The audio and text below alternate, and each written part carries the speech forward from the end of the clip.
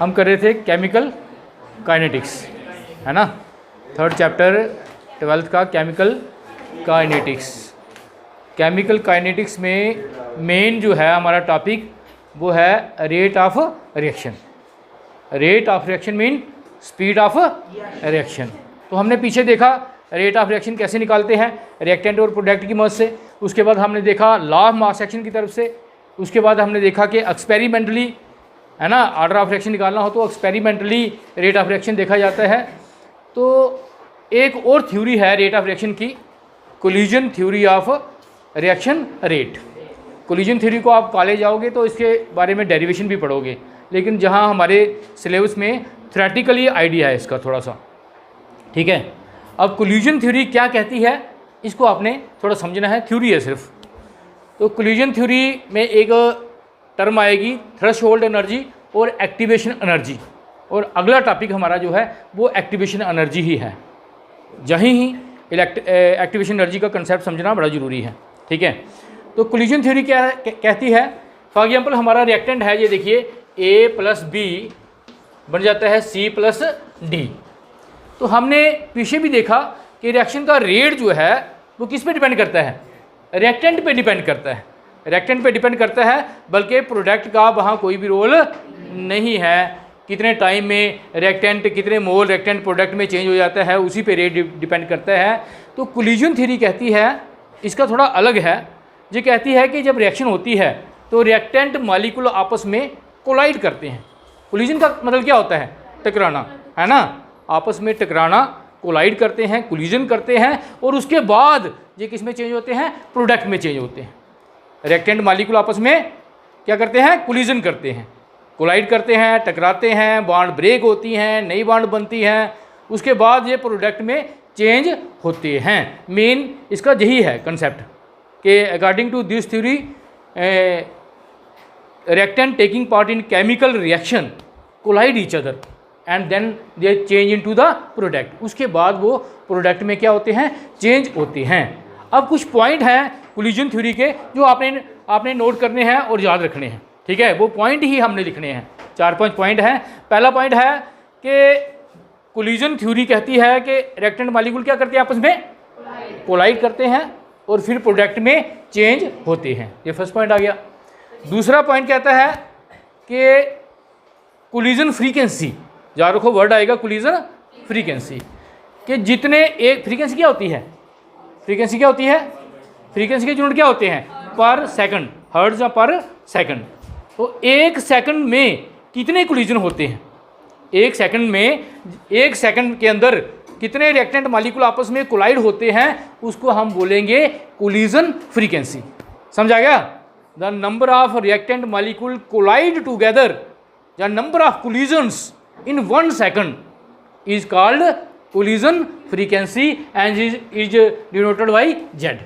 इसको collision frequency बोला गया, ठीक है, ये पॉइंट आ गया।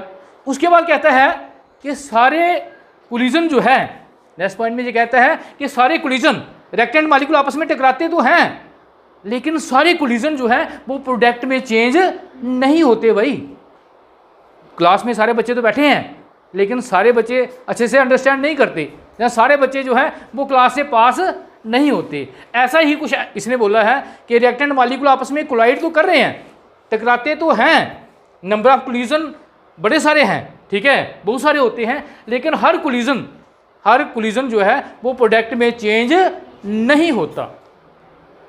कुछ कोलिजन प्रोडक्ट में चेंज हो जाते हैं, कुछ प्रोडक्ट में चेंज नहीं होते। सेम उसी तरीके से जैसे मान लो कि एक आपकी वो है रस्सा, आपने लॉन्ग जंप लगाना है या हाई जंप लगाना है, तो 10, 15, 20 बच्चे जा रहे हैं, तो कुछ बच्चे जो हैं वो क्रॉस कर लेते हैं, लेकिन कुछ क्रॉस नहीं करते। उसी हिसाब से है, ये आपस में मॉलिक्यूल टकरा तो रहे हैं, जितने भी रिएक्टेंट है, 1 है, 2 है, 4 हैं, वो आपस में कोलाइड तो हो रहे हैं, लेकिन सारे कोलिजन जो है, टकराव जो है वो प्रोडक्ट में चेंज नहीं हो रहे। कुछ जो कोलिजन हैं उनको बोलेंगे इनइफेक्टिव या अनइफेक्टिव कोलिजन, और कुछ जो है जो प्रोडक्ट में चेंज हो रहे हैं उनको बोलेंगे इफेक्टिव कोलिजन। क्या बोलेंगे? They are called effective collision. समझाया आपको? mean not all collision are not change into products. The collision which are changes into the product are called effective collision. और ठीक है, थ्योरी है, एक कहानी की तरह है, थ्योरी है कि ये थ्योरी कहती है कि रिएक्टेंट मॉलिक्यूल आपस में कोलाइड करते हैं और प्रोडक्ट में चेंज हो जाते हैं। लेकिन क्या देखा गया, जो रिएक्टेंट मॉलिक्यूल 1 सेकंड में कितने कोलिजन करते हैं उसको बोला गया कोलिजन फ्रीक्वेंसी। और उस कोलिजन फ्रीक्वेंसी में से देखा गया कि सारे कोलिजन जो है वो प्रोडक्ट में चेंज नहीं होते, जो नहीं होते उनको बोलेंगे इनफेक्टिव कोलिजन, और जो प्रोडक्ट में चेंज हो जाते हैं उन कोलिजन को, उन टकराव को बोलेंगे इफेक्टिव कोलिजन। अब वेरी इंपॉर्टेंट पॉइंट, अगला पॉइंट वो कहता है इफेक्टिव कोलिजन होने के लिए एक कंडीशन है।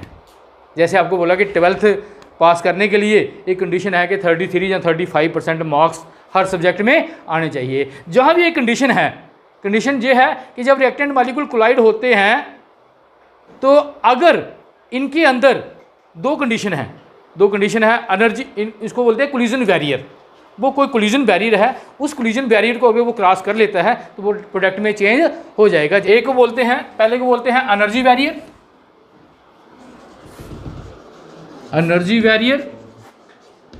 और दूसरे को बोलेंगे orientation barrier, orientation barrier, barrier है। ठीक है, समझिए तुम। मीन अगर कोलिजन को प्रोडक्ट में चेंज होना तो दो चीज़ें क्रॉस करनी पड़ेंगी, एक एनर्जी बैरियर के क्रॉस करना पड़ेगा, एक उसकी ओरिएंटेशन बैरियर जो है वो उसका सही होना चाहिए, फिर वो प्रोडक्ट में चेंज होगा। लेकिन सबसे इंपॉर्टेंट है कौन सा, एनर्जी बैरियर। क्या है एनर्जी बैरियर? एक कंडीशन है कि रिएक्टेंट मॉलिक्यूल प्रोडक्ट में चेंज तभी होंगे जब उनके अंदर सफिशिएंट अमाउंट ऑफ एनर्जी होगी, सफिशिएंट अमाउंट ऑफ एनर्जी होगी, जिसको बोला गया थ्रेशोल्ड एनर्जी। कितनी एनर्जी? थ्रेशोल्ड एनर्जी के बराबर एनर्जी है तो वो प्रोडक्ट में चेंज हो जाएगा। अगर उस कोलिजन की एनर्जी जो है थ्रेशोल्ड एनर्जी से क्या है, कम है, तो वो प्रोडक्ट में चेंज नहीं होगा। अब क्या है थ्रेशोल्ड एनर्जी, वो आपको हम ग्राफ से दिखाएंगे। ये देखिए बच्चे, मान लो ये रिएक्शन है मेरे पास, ये रिएक्टेंट है मेरे पास A+B, रिएक्टेंट है A+B, इसको मैंने प्रोडक्ट में चेंज करना है।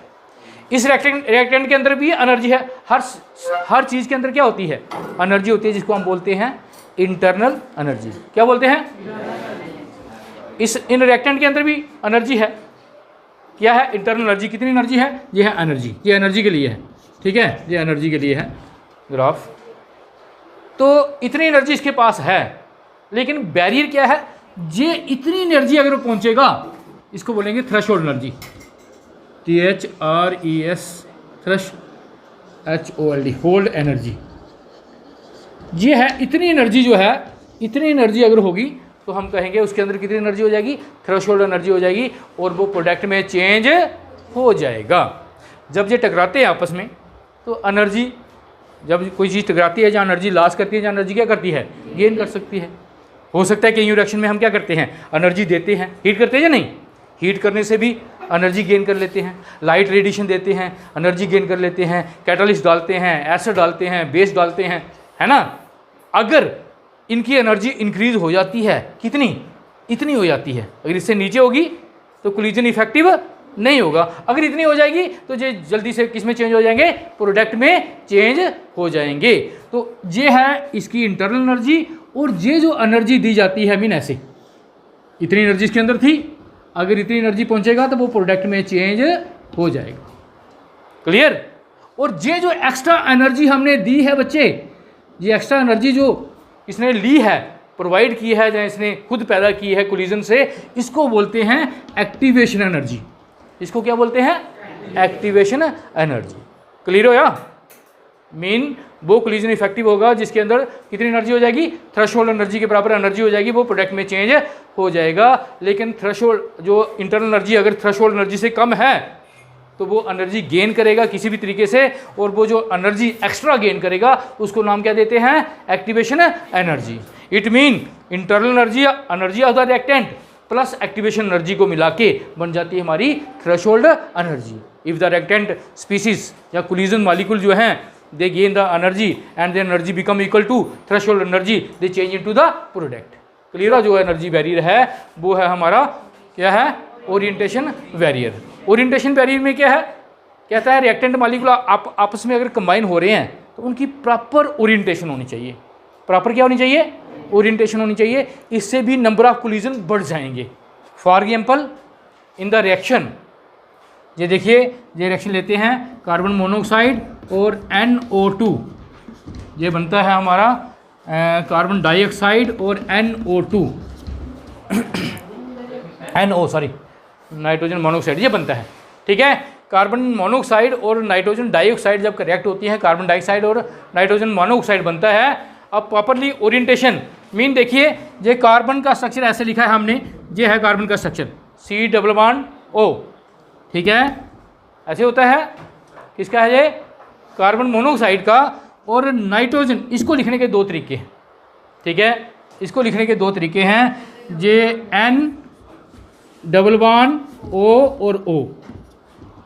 ठीक है, और एक जे है C+O प्लस, इसको हम ऐसे कर देंगे O ऐसे लिख देंगे, नाइट्रोजन ऐसे, दिस इज। अब आप बता सकते हैं कौन सी प्रॉपरली ओरिएंटेशन है, फर्स्ट वाली सेकंड वाली। क्योंकि कार्बन रिएक्ट कर रहा है किससे, ऑक्सीजन से। कार्बन रिएक्ट कर रहा है ऑक्सीजन से, कार्बन डाइऑक्साइड बन रही है।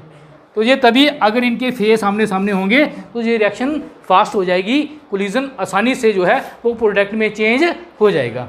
जहाँ जो कोलिजन है, जहाँ जो ओरिएंटेशन है वो इफेक्टिव नहीं है, फेस टू फेस नहीं है। ठीक है, समझाया। ये है कि अगर ओरिएंटेशन बैरियर भी आमने सामने है और एनर्जी भी थ्रेशोल्ड जितनी हो जाती है, जितने मॉलिक्यूल की एनर्जी थ्रेशोल्ड के बराबर होगी और अगर ओरिएंटेशन भी प्रॉपर होगी जिस रिएक्शन में, उसमें इफेक्टिव कोलिजन उतने ज़्यादा क्या हो जाएंगे, ज़्यादा हो जाएंगे। समझ गए ना। इफेक्टिव कोलिजन क्या है, जो प्रोडक्ट में चेंज होते हैं। जितनी जल्दी एनर्जी बैरियर क्रॉस करेगा, एनर्जी थ्रेशोल्ड जितनी पहुंच जाएगी और जितनी प्रॉपर ओरिएंटेशन होगी, उतनी रिएक्शन क्या हो जाएगी, फास्ट हो जाएगी यार। उस रिएक्शन का रेट उतना क्या हो जाएगा, फास्ट हो जाएगा, रिएक्शन जल्दी हो जाएगी। लेकिन एक बात नोट करनी है कि ये ओरिएंटेशन वाला जो फैक्टर है वो इतना इंपॉर्टेंट नहीं है। ओरिएंटेशन प्रॉपर ना भी हो, लेकिन अगर वो स्पीसीज उनकी एनर्जी थ्रेशोल्ड जितनी पहुंच जाती है तो वो प्रोडक्ट में चेंज हो जाएंगे। लेकिन ये वाली कंडीशन जो है ये प्रॉपर है, ये तो क्रॉस करनी ही करनी है। समझाया। ठीक है, कई बार बुक में ऐसे लिखा होता है, ये नीचे है ग्राफ, कई ने जहाँ ऊपर लिखा होता है, ये हम आगे आपको समझाएंगे। ये कई बार ऐसे होता है, इससे ऊपर होती है, ये हम समझाएंगे। एक्सोथर्मिक रिएक्शन के लिए नीचे क्यों आता है, एंडोथर्मिक के लिए ऊपर क्यों जाता है, ये आगे एक्टिवेशन एनर्जी में हम आपको समझाएंगे। समझा गया आपको। और लास्ट पॉइंट, तो बच्चे थोड़ा डिक्टेट करेंगे, इसको लिखना है, कैसे लिखेंगे। The reacting species taking part in a chemical reaction can give product only when they collide with each other. This is called collision theory. Collision theory कहते हैं कि जब वो आपस में टकराएंगे रिएक्टिंग स्पीसीज तभी प्रोडक्ट बनेगा। The main point of this theory are, पहला पॉइंट लिखेंगे, the number of collision that take place per second per unit volume of the reaction mixture is known as collision frequency. एक second में per unit volume में कितने collision होते हैं, उसको collision frequency लिखेंगे, बोलेंगे, जेड से डिनोट करेंगे। सेकंड पॉइंट में हम लिखेंगे कि it is not necessary that all the collision may lead to the product. सारी कोलिजन प्रोडक्ट नहीं बनाते। नेक्स्ट पॉइंट है, the collision among the reactant which result in to the product are called effective collision. और जो collision product में change होते हैं उसको हम इफेक्टिव कोलिजन बोलेंगे। और नेक्स्ट पॉइंट में लिखेंगे, for effective collision the reacting species have to overcome 2 barrier. और अगर कोई इफेक्टिव कोलिजन है जो प्रोडक्ट में चेंज होते हैं तो उनको 2 बैरियर क्रॉस करने पड़ेंगे। जहाँ 2 बैरियर अगर उससे पूरे हो जाते हैं तो वो प्रोडक्ट में चेंज होगा। पहले है एनर्जी बैरियर। तो एनर्जी बैरियर में हमने बताया कि थ्रेशोल्ड जितनी एनर्जी होनी चाहिए, तो लिखता है the species taking part in a chemical reaction must have certain minimum energy known as threshold energy. In case the energy of colliding species is less than threshold, it will not change to product. अगर threshold से कम होगी तो product में change नहीं होगा। और next point है इसका, next part orientation barrier. Orientation में हम देखेंगे, orientation mean the atom of reacting species must face each other. In other word they must be properly oriented. For example in the reaction carbon monoxide और NO2 की reaction, जब carbon dioxide और nitrogen monoxide बनती है तो properly orientation आप ये भी लिख सकते हैं जो पहले आपको करवाया उस हिसाब से आप इसको लिख सकते हैं। और लास्ट पॉइंट में इस थ्योरी का हम लिखेंगे the energy factor is more important. इन दोनों फैक्टरों में से एनर्जी फैक्टर ज़्यादा इंपॉर्टेंट है बच्चे। ओरिएंटेशन ना भी हो, एनर्जी थ्रेशोल्ड जितनी हो जाए अगर, तो वो प्रोडक्ट बन जाएगा। The energy factor is more important than orientation. The reacting molecule must have proper orientation, will not form product if their energy is less than threshold energy. अगर ओरिएंटेशन प्रॉपर भी है लेकिन एनर्जी थ्रेशोल्ड जितनी नहीं है, वो product में change नहीं होगा। तो ये कुछ पॉइंट हैं जो आप कोलिजन थ्योरी के थोड़ा सा 12th बेस पे आप लिख सकते हैं।